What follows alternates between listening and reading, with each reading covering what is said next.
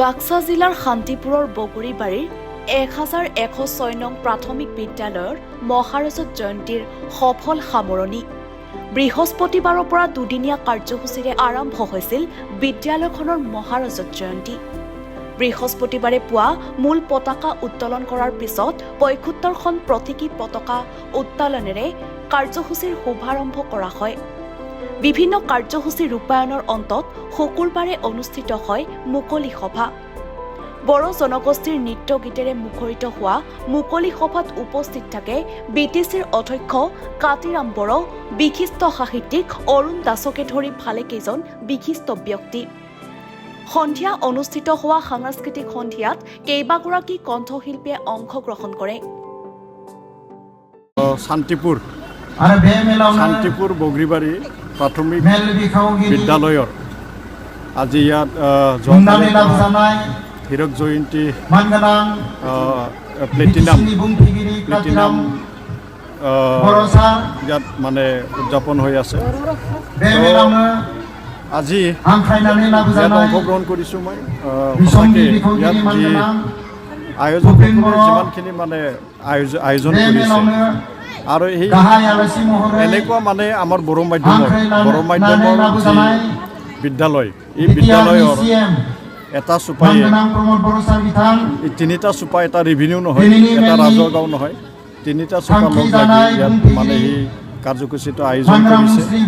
আৰু সঁচাকৈ তেনেকুৱা কাৰ্যসূচীবিলাক অলপ বিৰল হয়, কমচে কম আমাৰ মানে বড়ো সম্প্ৰদায়ৰ কাৰণে। তো মই তেখেতসকলক ধন্যবাদ জ্ঞাপন কৰিছোঁ। আৰু এইখন যি প্ৰাথমিক বিদ্যালয়, এই প্ৰাথমিক বিদ্যালয় কিন্তু সফল এটা প্ৰাথমিক বিদ্যালয় হয়। ইয়াত মানে এইখন প্ৰাথমিক বিদ্যালয়ৰ পৰা মানে বহুত মানে সফল ব্যক্তি ইয়াৰ পৰা মানে সফল ব্যক্তি এতিয়াও মানে জীয়াই আছে। আমি সকলোৱে জানো এংলো ইণ্ডিয়ান বড়ো ডিকশ্যনাৰী, এই যি ডিকশ্যনাৰী, এই ডিকশ্যনাৰীটো সমগ্ৰ অসমত, অকল অসম নহয়, দিল্লীতো এই ডিকশ্যনাৰী আমাৰ প্ৰতিটা বড়ো মানে পৰিয়ালত এই ডিকশ্যনাৰী আছে। আৰু এই ডিকশ্যনাৰী যিজন ব্যক্তিয়ে এই ডিকশ্যনাৰী ৰচনা কৰা যিজন ব্যক্তি মিণ্টু নাৰ্জাৰী, বৰ্তমান হিৰিম্বা মধ্য ইংৰাজী উচ্চ মাধ্যমিক বিদ্যালয়ৰ মানে হেডমাষ্টাৰ হিচাপে, প্ৰধান শিক্ষক হিচাপে তেখেতে কৰ্মৰত হয়।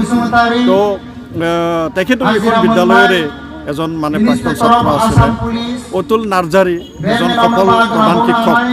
তেখেতে এইখন বিদ্যালয়ৰ পৰাই পাছ কৰিছিলে। তাৰপিছত দবাকান্ত নাৰ্জাৰী মানে এজন মানে অভিযন্তা।